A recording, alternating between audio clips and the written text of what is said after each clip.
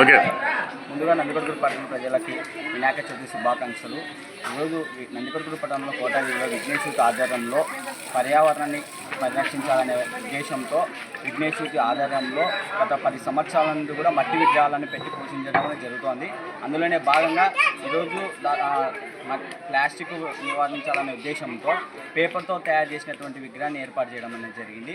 ఈ యొక్క కారణం ఏంటంటే పర్యావరణంలో 10 రోజులు చూసుకున్నట్లయితే పారా ప్లాస్టిక్ వల్ల ఎంత అనర్థాలు జరుగుతున్నాయి, జల కాలుష్యం అనుకోండి, ఇలాంటివి అనేక రకాలుగా అనర్థాలు జరుగుతున్నాయి. కాబట్టి మేమంతా కూడా ప్రకృతిని కాపాడాలనే ఉద్దేశంతో ఈ యొక్క వినాయకుడిని ఏర్పాటు చేయడం జరిగింది.